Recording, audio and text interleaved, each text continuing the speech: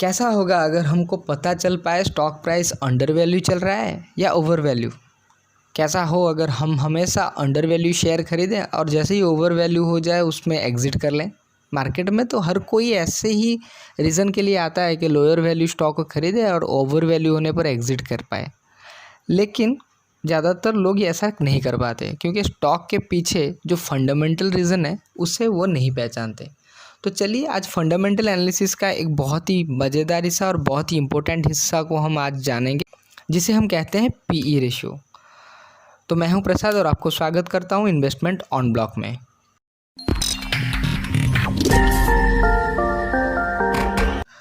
P ratio में पहले हम जानेंगे कैलकुलेशन, उसके बाद हम एनालिसिस करेंगे, उसके बाद हम जानेंगे इसके एडवांटेजेस और डिसएडवांटेजेस।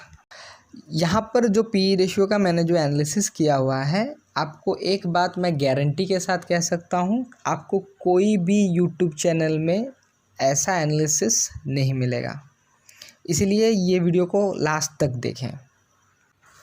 तो पहले हम जानते हैं कैलकुलेशन। कैलकुलेशन के लिए हमको दो चीज़ चाहिए, नोमिनेटर के हिसाब से प्राइस और डिनोमिनेटर के हिसाब से ईपीएस, अर्निंग पर शेयर। तो प्राइस जो है वो एलटीपी है, लास्ट ट्रेडिंग प्राइस, मतलब स्टॉक जो क्लोजिंग प्राइस है उसी को हम प्राइस के हिसाब से ले लेंगे। और ईपीएस, अर्निंग पर शेयर, इसके ऊपर मैंने ऑलरेडी एक वीडियो बनाया हुआ है, कैलकुलेशन, एनालिसिस, एडवांटेजेस और डिसएडवांटेजेस सब मिला के एक वीडियो बनाया हुआ है। वो वीडियो आप वॉच कीजिए या फिर मैंने डिस्क्रिप्शन में भी उसका लिंक डाला हुआ है, वो लिंक में जाके आप वो पूरा वीडियो देख सकते हैं। यहाँ पे हल्के से मैं समझा दे रहा हूँ। ईपीएस मतलब जो अर्निंग्स जनरेट होता है कंपनी का, पर शेयर के हिसाब से कितना अर्निंग्स आ रहा है उसी को बोलते हैं ईपीएस। ये आपको फाइनेंशियल वेबसाइट्स में मिल जाएगा, ईपीएस वहाँ पे लिखा रहता है। उसका कैलकुलेशन वो वीडियो में मैंने आपको शेयर किया हुआ है। तो यहाँ पर एक छोटा सा एग्जांपल ले लेते हैं पी रेशियो का कैलकुलेशन के लिए। लेट्स सपोज एक कंपनी है, कंपनी का नाम एबीसी बैंक है, उसका शेयर प्राइस अभी ट्रेड हो रहा है 300 रुपये में, मतलब कल क्लोज हुआ था 300 रुपये में। और उसका ईपीएस, अर्निंग पर शेयर, मतलब पर शेयर के हिसाब से कंपनी कमा रही है 30 रुपये। तो यहाँ पर पूरा इजी फॉर्मूले के साथ ही हम डाल देते हैं 300 रुपये डिवाइडेड बाय 30 रुपये, ये हो गया P E ratio, price to earning per share ratio. मतलब यहाँ पे 3 का अर्निंग्स है पर शेयर, उसको खरीदने के लिए हम 10 टाइम्स पे कर रहे हैं। इसका एक दूसरा एग्जाम्पल भी हम ले लेते हैं समझने के लिए। एक कंपनी का शेयर प्राइस चल रहा है 1000 रुपये और उसका ईपीएस, अर्निंग पर शेयर चल रहा है 10 रुपये। तो इसका अगर हम पीई रेशियो निकालें तो 100 पीई में ये ट्रेड हो रहा है, मतलब 10 रुपये के अर्निंग्स के लिए हम इसका 100 टाइम्स पे कर रहे हैं। Very simple. तो समझ में आ गया हमको कैलकुलेशन। अब हम इसके एनालिसिस के पार्ट में जाते हैं। एनालिसिस पार्ट इतना इजी नहीं है जितना हर कोई वीडियोस में समझाता है। यहाँ पर मैं कुछ स्टेप्स में आपको समझाऊंगा तो आपको पूरा नॉलेज हो पाए और इसका इंटरप्रिटेशन आप जहाँ कहीं पे भी करें बहुत ही अच्छे तरीके से कर पाएंगे। तो एनालिसिस को मैं 3 सिनेरियोज़ में डिवाइड किया हूँ। तो पहला है वो है इकोनॉमी कंडीशंस, इकोनॉमी कंडीशंस के हिसाब से हम कैसे यूटिलाइज करें।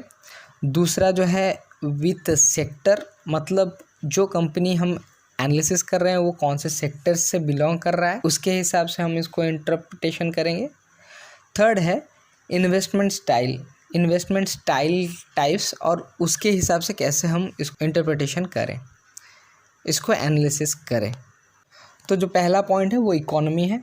तो इकोनॉमी जनरली देखा जाए तो मेजर 2 पार्ट में देखने के लिए मिलता है। एक होता है ग्रोथ स्टेज और एक होता है रिसेशन टाइम या फिर डिफेंसिव। ये अगर प्राइमरी ट्रेंड 2 देखें तो इसी 2 कंडीशंस में इकोनॉमी मिलता है। तो ज़्यादातर इन्वेस्टर को अगर पूछा जाए पी रेशियो कितना होने पर हम स्टॉक खरीदें, तो कुछ इन्वेस्टर का मानना है कि 30 से नीचे स्टॉक्स पिक करना अच्छा रहता है, लेकिन बड़े बड़े दिग्गज जैसे वॉरेन बफेट जी हो गए, वो 15 से नीचे पीई वाले स्टॉक खरीदने के लिए पसंद करते हैं।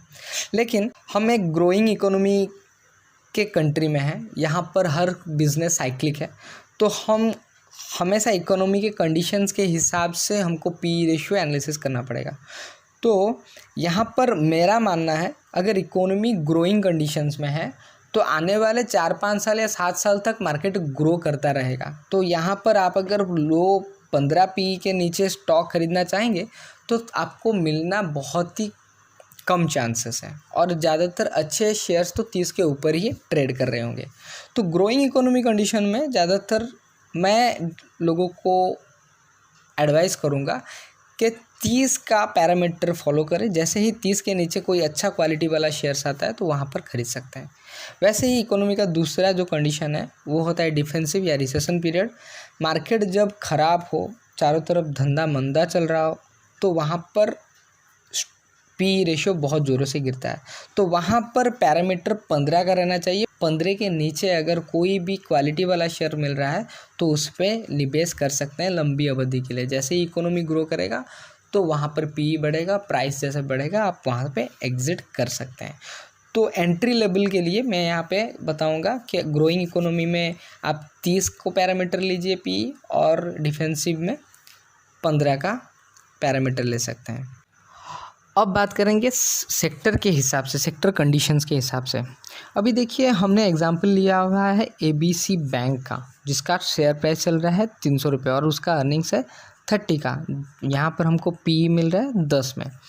तो अभी और एक पी रेशियो होता है, वो है इंडस्ट्री पी। इंडस्ट्री पी क्या होता है? जिस इंडस्ट्री से स्टॉक बिलोंग करता है उसी इंडस्ट्री के सारे स्टॉक्स का पी का एवरेज जो होता है वो इंडस्ट्री पी होता है। ज़्यादातर इन्वेस्टर पसंद करते हैं इंडस्ट्री पी से स्टॉक का पी नीचे हो। लेट सपोज 5 बैंक हैं और उन 5 बैंकों का पी का जब मैंने एवरेज निकाला, उसका एवरेज आ रहा है 18 पी। इसका मतलब इंडस्ट्री जितना अर्निंग जनरेट कर रही है उससे 18 टाइम लोग ज़्यादा पेमेंट करने के लिए रेडी हैं। लेकिन मैंने जो स्टॉक उसमें से चुना है ABC बैंक, उसका शेयर प्राइस 10 पी में मिल रहा है। मतलब उसका जो अर्निंग्स है उसके हिसाब से 10 गुना ही ज़्यादा पैसे देना पड़ रहा है। तो 18 से 10 बहुत कम है। तो ये स्टॉक इस सेक्टर में बहुत सस्ता मिल रहा है।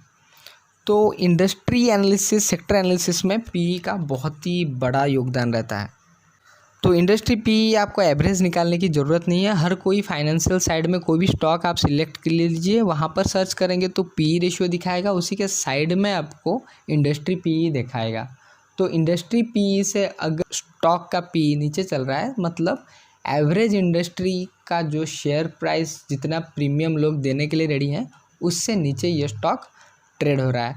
उसी के हिसाब से अगर इंडस्ट्री पी से ज़्यादा ये ट्रेड हो रहा है तब लोग ज़्यादा पेमेंट करने के लिए ये स्टॉक के लिए रेडी हैं। अब बात करते हैं इन्वेस्टमेंट स्टाइल।